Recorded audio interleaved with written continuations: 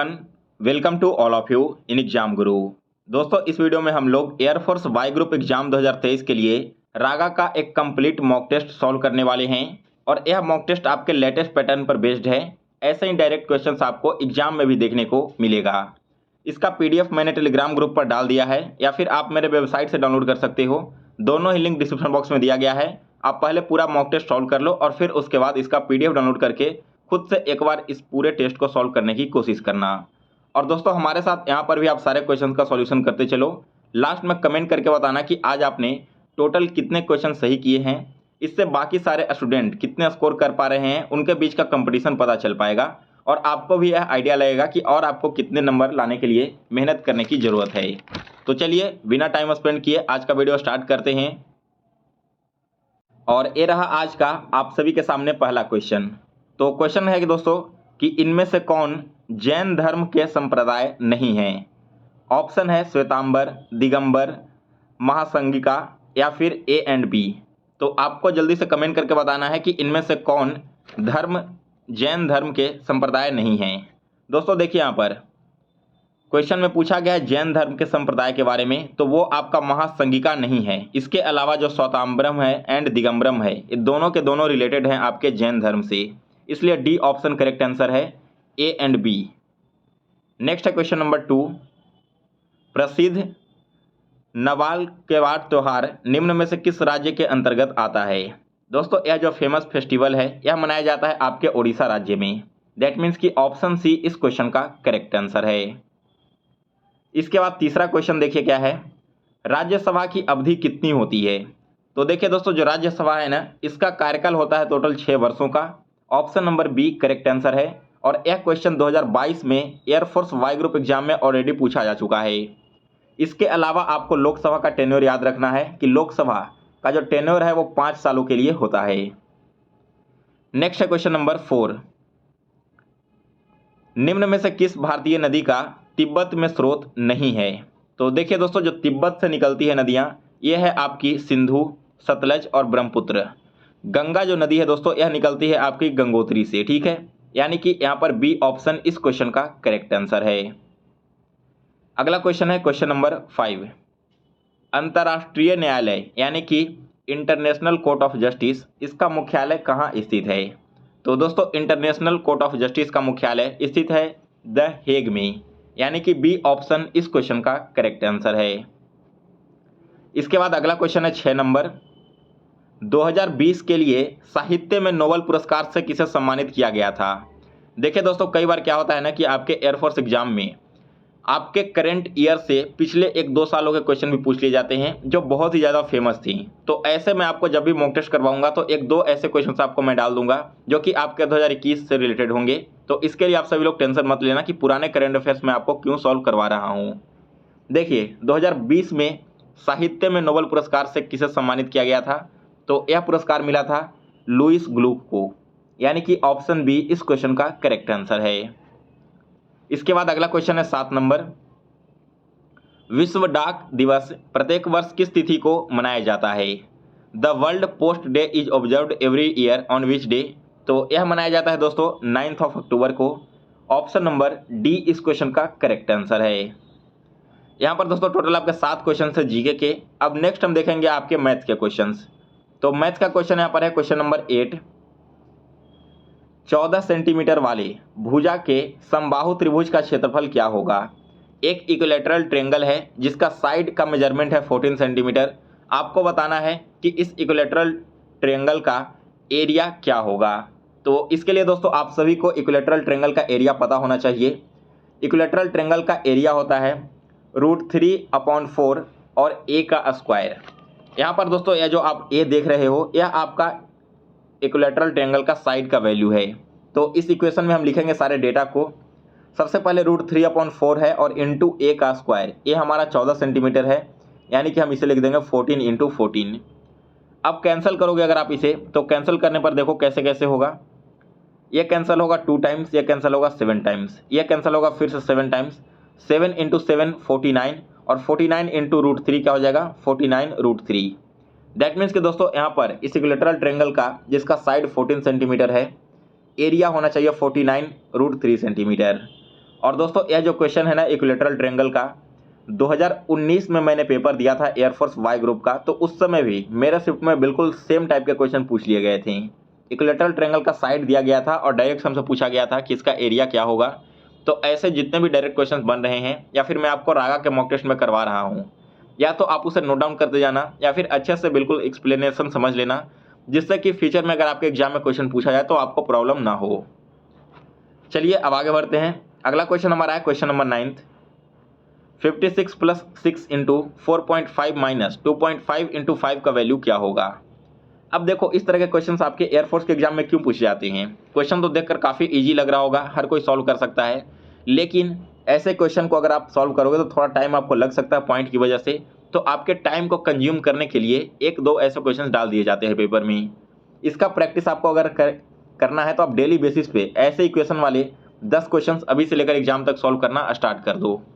चलिए देखिए यहाँ पर सबसे पहले क्या है, 56 है, इसे हमने लिख दिया 6 इंटू 4.5, इसे आपको मल्टीप्लाई करना होगा। तो मल्टीप्लाई करने के बाद वैल्यू आएगा 27 माइनस 2.5 और 5 को अगर 2 टाइम्स मल्टीप्लाई करोगे तो आपको क्या मिलता है, 10 मिलता है। और 5 को अगर 0.5 टाइम्स मल्टीप्लाई करोगे तो आपको मिलेगा 2.5। ऐड करोगे तो यहाँ पर क्या हो जाएगा 12.5। ठीक है, 56 और 27 दोनों को जोड़ दो तो यह आएगा 83, और इसमें से अगर 12.5 को माइनस करोगे तो आएगा आपका वैल्यू 70.5। दैट मीन्स कि दोस्तों इस क्वेश्चन का option number B correct answer है 70.5। क्लियर है।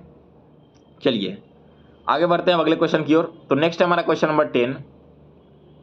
75 मीटर लंबी एक रेलगाड़ी 60 किलोमीटर प्रति घंटे की चाल से किसी टेलीग्राफ के खंभे को पार करने में कितना समय लेगी। How long does a train 75 metre long moving at 60 kilometre per hour take to pass a certain telegraph post. तो देखिए दोस्तों इस क्वेश्चन को कैसे सॉल्व करना है, और ऐसा ही क्वेश्चन दोस्तों बिल्कुल सेम आपका इस बार भी एग्जाम में पूछा जा चुका है। मैंने जब आपका प्रीवियस ईयर पेपर सॉल्व करवाया था तो उस समय आपको मैंने क्वेश्चन करवाया भी है। क्वेश्चन में क्या दिया गया है, डिस्टेंस तो हमें ऑलरेडी मालूम है 75 मीटर, एंड स्पीड भी मालूम है। हमें कैलकुलेट करना है टाइम, लेकिन एक यहाँ पर लफड़ा क्या है कि 75 मीटर जो है ना आपका डिस्टेंस वो तो मीटर में है, एंड आपकी स्पीड किलोमीटर पर आवर में है। तो हम या तो किलोमीटर पर आवर में किसी वैल्यू को निकालते हैं या फिर मीटर पर सेकंड में निकालते हैं। 75 मीटर को किलोमीटर में कन्वर्ट करोगे तो काफ़ी लेंदी हो जाएगा। तो आप क्या करोगे, 75 की जगह 60 किलोमीटर पर आवर को ही आप कर दोगे मीटर पर सेकंड में। तो दोस्तों कोई भी स्पीड अगर किलोमीटर पर आवर में दिया हुआ रहे और इसे मीटर पर सेकंड में चेंज करना है तो उसे 5/18 से मल्टीप्लाई कर दो। 6 से 3 टाइम्स, 6 से 10 टाइम्स, 10 इंटू 5 50 और 50/3, यानी कि इसका जो स्पीड है वो 55 मीटर पर सेकेंड है। अब देखिए हमें निकालना है क्या टाइम। तो टाइम का फॉर्मूला होता है डिस्टेंस अपॉन स्पीड। डिस्टेंस हमारा क्या दिया गया है, डिस्टेंस है 75 मीटर और स्पीड है हमारा 50/3 मीटर। क्लियर हो गया, एक वैल्यू हमारा ये है और एक वैल्यू ये है। इसे आगे आप कैसे लिखोगे, 75/50/3 को आप लिखोगे किस प्रकार से, 3/50 ऐसे लिखोगे ना। इसे सॉल्व करोगे तो यहाँ 5 से 10 टाइम्स कैंसिल होगा, ये 5 से 5 टाइम्स, 10 से यह कैंसिल होगा 1.5 टाइम्स, और 1.5 को अगर आप 3 से मल्टीप्लाई करोगे तो आपका वैल्यू आएगा 4.5 सेकेंड। दैट मीन्स कि ऑप्शन नंबर बी इस क्वेश्चन का करेक्ट आंसर है। इसके बाद अगला क्वेश्चन है क्वेश्चन नंबर 11। बी की कार्य क्षमता ए की कार्य क्षमता से 20% अधिक है। ए किसी कार्य को अकेले 15 दिनों में पूरा करता है तो उसी कार्य को बी कितने दिनों में पूरा करेगा। यहाँ पर दोस्तों दो पर्सन हैं ए और बी, जिसमें से बी की जो कार्य क्षमता है यानी कि कार्य करने का जो कैपेसिटी है वो ए से 20% ज़्यादा है।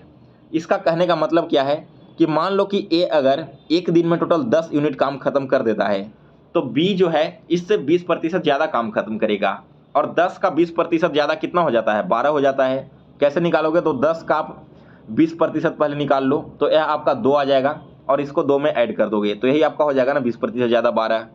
अब यहाँ पर क्वेश्चन को समझने की कोशिश करना, थोड़ा सा लॉजिकल वे में मैं इस क्वेश्चन को सॉल्व करके आपको दिखाता हूँ। ए 10 यूनिट डेली काम कर रहा है और 15 दिनों में काम को कंप्लीट कर रहा है, यानी कि टोटल 150 यूनिट काम वो कर रहा है ना, तब जाके क्या हो रहा है, हमारा वर्क कंप्लीट हो जा रहा है। तो बी जो काम करेगा वो भी तो 150 यूनिट ही काम करेगा, क्योंकि सेम काम को उसे भी खत्म करना है। तो बी को 150 यूनिट खत्म करने में कितना टाइम लगेगा।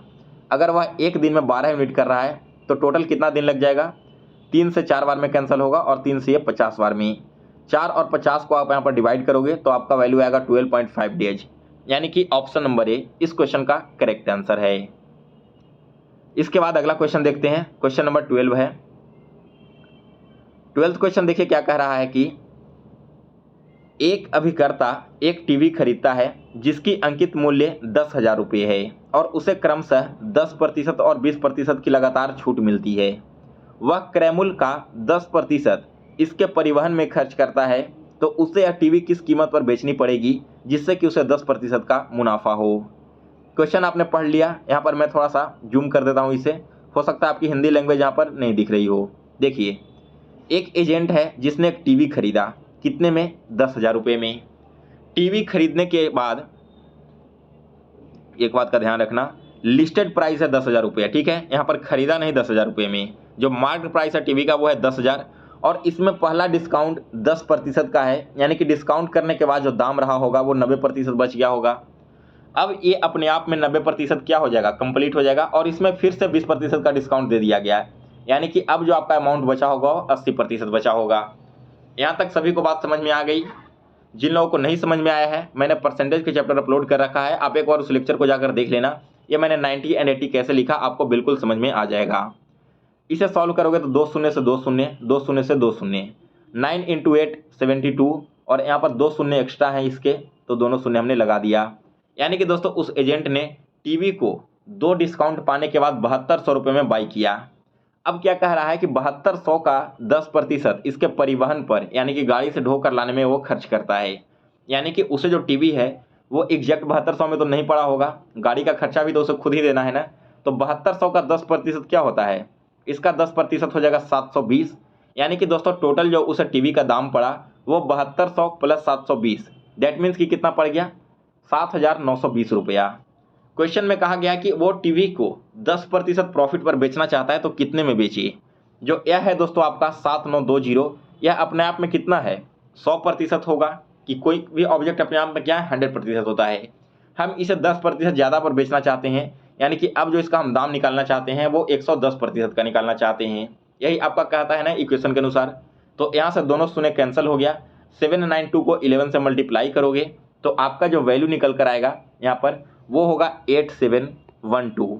दैट मीन्स कि ऑप्शन नंबर डी इस क्वेश्चन का करेक्ट आंसर है। आशा करता हूँ कि आपने 12th क्वेश्चन को बिल्कुल अच्छे से समझ लिया होगा। थोड़ा सा इसका जो सॉल्यूशन है वो कॉम्प्लिकेटेड था, लेकिन आप एक और वीडियो को रिवाइंड करके देखना, आपको सारे सॉल्यूशन समझ में आ जाएंगे। आगे बढ़ते हैं अब अगले क्वेश्चन की ओर। नेक्स्ट देखिए क्वेश्चन नंबर 13, एक बहुत ही इजी एंड सिंपल सा क्वेश्चन है। क्वेश्चन क्या कह रहा है कि दो संख्याओं के योग एवं उनके अंतर का अनुपात 5:1 है, बड़ी संख्या और छोटी संख्या का अनुपात क्या होगा। मान लो कि एक संख्या x है और दूसरी संख्या y है। क्वेश्चन में क्या कहा गया कि दोनों संख्याओं का योग और दोनों संख्याओं का अंतर का जो अनुपात है वो 5:1 है। यही क्वेश्चन में कहा गया है ना। तो यहाँ पर आपको बताना है कि छोटी संख्या और बड़ी संख्या दोनों का रेशियो, यानी कि बड़ी संख्या बटा छोटी संख्या आपको निकालना है। यहाँ से अगर हम x और y का वैल्यू निकाल लें तो हमारा वैल्यू आ जाएगा। कैसे? तो क्रॉस मल्टीपल करो, 1 को मल्टीप्लाई करोगे x एंड y से तो आपका आ जाएगा x + y इक्वल टू 5 को मल्टीप्लाई करोगे x से तो 5x आ जाएगा और 5 को मल्टीप्लाई करोगे y से तो -5y आ जाएगा। क्लियर है? यहाँ पर -5y। तो अब क्या हो जाएगा? x इधर है, 5x इधर आएगा तो क्या हो जाएगा? x - 5x equal to -5y और इधर क्या हो जाएगा? -y चला जाएगा। तो यहाँ पर आपका -4x हो गया इक्वल टू इधर हो गया -6y। इसमें फिर से लिख लेता हूँ, -4x इक्वल टू -6y। यहाँ पर अगर हम करें x/y तो क्या हो जाएगा हमारा? -6 बटा -4, दैट मीन्स कि यहाँ पर 3/2 हो जाएगा। और क्वेश्चन में क्या कहा गया है कि बड़ी संख्या का छोटी संख्या के साथ रेशियो, तो बड़ी संख्या हमारा 3 है, छोटी संख्या 2 है, यही रेशियो हो गया। अगर छोटी संख्या से बड़ी संख्या का रेशियो पूछता तब आपका आंसर होता 2/3, लेकिन बड़ी संख्या से छोटी संख्या पूछा है तो बड़ी संख्या से छोटी संख्या 3/2 हो जाएगा। Option number B correct answer है। इसके बाद अगला क्वेश्चन देखिए 14 नंबर। और दोस्तों यह क्वेश्चन अब तो इसका ट्रेंड थोड़ा कम हो चुका है, लेकिन पहले एयरफोर्स का फेवरेट क्वेश्चन था और लगभग हर बार यह क्वेश्चन आपके एग्जाम में रिपीट होता था। ऐसे क्वेश्चन जब भी आपके आए ना तो आप सबसे नीचे से सॉल्व करना शुरू करना। ऊपर भूल जाओ कि कुछ लिखा हुआ भी है, नीचे में क्या लिखा हुआ है? 1 - 7/12। इधर कुछ नहीं है तो बटा में 1 हम लिख सकते हैं। यहाँ पर क्या आ जाएगा? एलसीएम 12 आ जाएगा और यहाँ पर आपका 12 - 7 हो जाएगा, तो आपका क्या हो जाएगा? 5/12। अब वापस से इस इक्वेशन में आइए, यहाँ तक तो किसी को प्रॉब्लम नहीं है सॉल्व करने में। अब देखिए 1 हो जाएगा और हम नीचे कितना हमने निकाला, नीचे निकाला हमने 5/12। तो अब जो इसका फाइनल वैल्यू निकल कर आएगा वो क्या आएगा, 1/12/5 यही आएगा ना आपका, यानी कि डी ऑप्शन करेक्ट आंसर है। क्योंकि दोस्तों नीचे वाला जो भी क्वेश्चन होता है ऊपर में पलट के चला जाता है, और 12 गुना 1 तो 12 ही होगा, और नीचे आपका 5 ऑलरेडी रह ही गया। डी ऑप्शन इस क्वेश्चन का करेक्ट आंसर है। इसके बाद अगला क्वेश्चन देखिए, क्वेश्चन नंबर 15 है, यदि 4 to the power x plus 8 equal to 64 to the power 2x plus 1 है तो x का वैल्यू बताइए। देखिए दोस्तों, इस क्वेश्चन में आपको कुछ चीज़ कॉमन दिख रहा होगा कि यहाँ पर 4 है और इधर 64 है। जो 64 है वो भी तो 4 ही का मल्टीप्लाई है ना। और आपको पता होगा कि अगर हम किसी भी ऑब्जेक्ट का बेस सेम कर देते हैं तो इसके जो ऊपर में पावर दिया गया है ना, पावर आपके आपस में इक्वल हो जाते हैं। तो अगर यहाँ पर 4 है तो हम इसके भी बेस को 4 बना सकते हैं कि नहीं। इसके बेस को 4 कैसे बना सकते हैं, तो 64 जो है वो 4 का क्यूब हो जाएगा, क्योंकि 4 को हम 3 बार मल्टीप्लाई करते हैं तभी हमें क्या मिलता है, 64 मिलता है। तो हम इसे कैसे लिख सकते हैं, 4 to the power x plus 8 equal to 64 को लिख सकते हैं 4 का पावर 3, इसका वैल्यू तो वही सेम ही होगा 64, और इसका वैल्यू क्या हो जाएगा 2x प्लस 1 जो लिखा हुआ है। अब यहाँ से देखो 4 का पावर 3 है ना, यहाँ पर मल्टीप्लीकेशन हो रहा है, यानी कि ऊपर जाएगा तो 6x प्लस 3 हो जाएगा मल्टीप्लाई होके, इक्वल टू क्या हो जाएगा 4 का पावर x प्लस 8। अब यहाँ पर आपका बेस सेम हो गया ना दोनों में 4, और मैंने आपको क्या बताया कि अगर बेस सेम हो तो आपका पावर इक्वल हो जाता है, यानी कि x प्लस 8 इक्वल हो जाएगा 6x प्लस 3 की। तो इसे हम यहाँ पर लिखते हैं x plus 8 equal to 6x plus 3। Solve करोगे इक्वेशन को तो क्या होगा, x और 6x माइनस होगा तो यहाँ पर 5x हो जाएगा, और इधर 3 माइनस 8, तो यहाँ से आ जाएगा दोस्तों -x इक्वल टू -5, यानी कि x का वैल्यू यहाँ पर क्या हो जाएगा, सॉरी -5x इक्वल टू -5 हो जाएगा, तो x का वैल्यू हो जाएगा -5/-5 यानी कि 1। इस क्वेश्चन का डी जो है वो बिल्कुल करेक्ट आंसर है। और आप चाहो तो x की जगह पर 1 का वैल्यू रख के इस क्वेश्चन को देख सकते हो, दोनों आपका इक्वेशन इक्वल हो जाएगा। सो गाइज, आपके रागा में टोटल 30 क्वेश्चन पूछे जाते हैं। इस वीडियो में मैंने आपको केवल 15 ही क्वेश्चन सॉल्व करवाया है, क्योंकि वीडियो काफ़ी लेंदी हो जाएगा, और फिलहाल मेरा आरआरबी पीओ का इंटरव्यू एंड आईबीपीएस पीओ का मेंस चल रहा है, इस वजह से ज़्यादा मैं वीडियोज अपलोड नहीं कर पा रहा हूँ। तो बाकी के जो 15 क्वेश्चन हैं मैं आपको कल मॉर्निंग में ही कंप्लीट करवा दूंगा। आज के वीडियो में आप कमेंट करके बताना कि 15 में से टोटल कितने क्वेश्चन सही हुए हैं, और इसके आगे के जो 15 क्वेश्चन बचे हुए हैं जिसमें आपके 5-6 नॉन वर्बल रीजनिंग के भी क्वेश्चन हैं, उन सभी का सॉल्यूशन आपको मॉर्निंग में मिल जाएगा आपका, या फिर आप पीडीएफ डाउनलोड कर लेना। पीडीएफ में आपके टोटल 30 क्वेश्चन इंक्लूडेड है, वहां से आप खुद से भी सॉल्व कर सकते हो। पीडीएफ डाउनलोड करने का लिंक डिस्क्रिप्शन बॉक्स में दिया गया है। और दोस्तों, वीडियो पसंद आया हो तो इसे लाइक करें और शेयर करें। मिलते हैं फिर से कल एक नए वीडियो में, तब तक के लिए जय हिंद, जय भारत।